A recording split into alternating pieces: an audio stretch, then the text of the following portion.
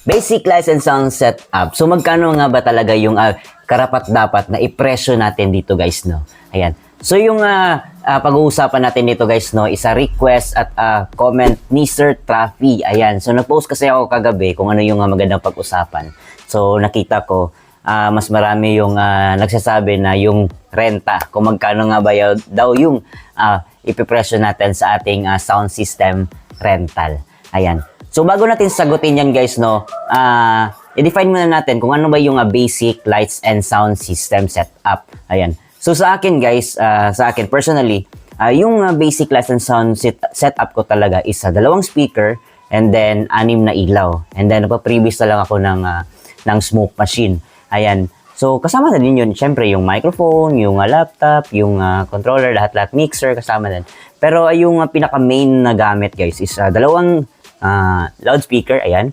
And then 6 na ilaw. So yun yung aking basic lights and sound setup. Ayan. Before ako nagsimula ng sound system setup, I mean rentals, ayan.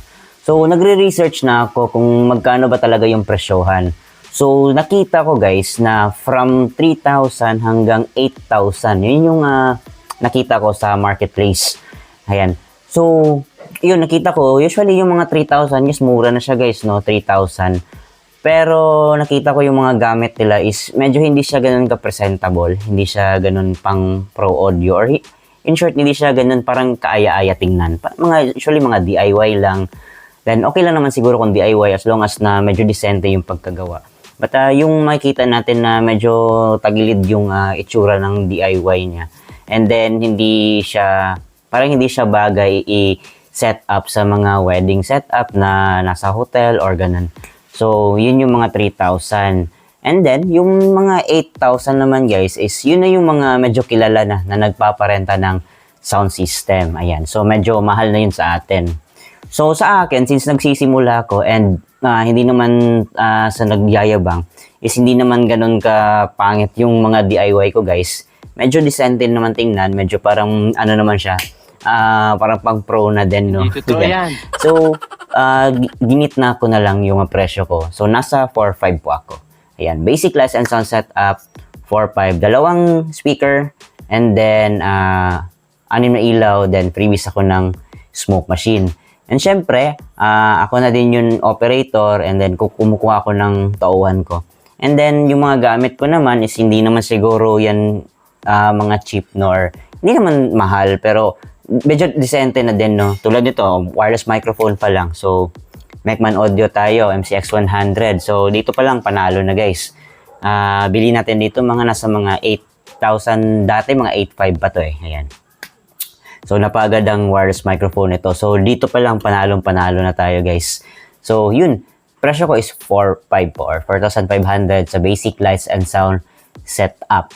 Ayan. So, sa mga nagbabalak na magnegosyo or papasok sa ganitong negosyo guys, no, lights and sound. So, I hope na makapagpresyo kayo ng hindi mabigat sa inyo and the same time, hindi din masyadong mahal. Ayan.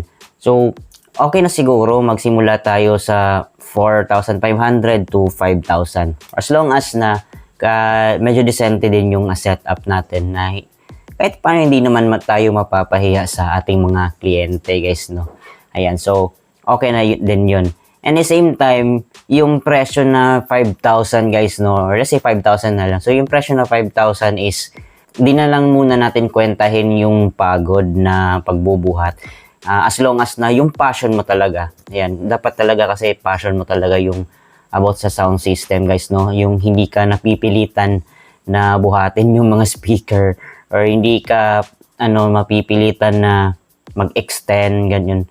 So, make sure din natin sa sarili natin as nagpaparenta ng sound system na passion din natin itong pagpaparenta or yung about sa sound system. Para kahit na kung may magrenta sa atin at yung kaya lang talaga nila is 3,500 or 4,000 is mapag-uusapan pa. Ayan. And then, hindi rin masyadong mabigat sa atin na tanggapin. Okay? So, yun. Depende na talaga sa inyo guys kung saan kayo komportable na presyuhan. And then, mag-usap lang talaga kayo ni client. Paintindi nyo na lang na kung bakit ganito yung presyo nyo, kung bakit ganito kamahal or ganito lang, ganyan. So, magpag-usapan nyo lang guys and mag-bargaining kayo hanggat sa magkaintindihan kayo sa presyo. Okay?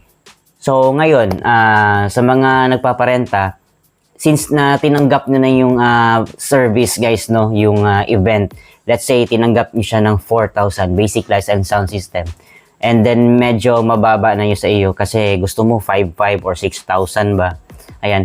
So since tinanggap natin guys, no, please do our best or do your best, ay ibigay mo yung best mo sa event kasi tinanggap ayan, maliit, malaki, yun talaga yung natandaan ko palagi, no, na maliit, malaki yung bayad. For as long as na tinanggap mo yung bayad, gawin mo talaga yung best mo. So, no excuses. Wala nang kasi ganito, ganyan, ganito, so wala nang ganun guys. Since tinanggap mo siya, the moment na tinanggap mo yung event, kahit na alam mong maliit lang yung ibabayad, do your best. Ayan. Para babalik yung client sa'yo. Ayan. So, sila, magiging repeat client sila. Bola lang yan. And then naman guys, sa mga nagbabalak na mag-book, ayan. So, sa mga mahilig sa 2.5, ayan. Sa mahilig mag-compare na, kasi si ganyan, mura sa kanya mura sa ganyan, ba't sa'yo, mahal, ganun. So guys, advice ko lang po na hindi madali yung pagnenegosyo ng sound system. Ayan. So, sa lahat ng mga nagbabalak na mag-book sa kanilang event na magbabayad lang ng, let's say, example lang guys, hindi naman lahat, pero meron pa rin 2.5.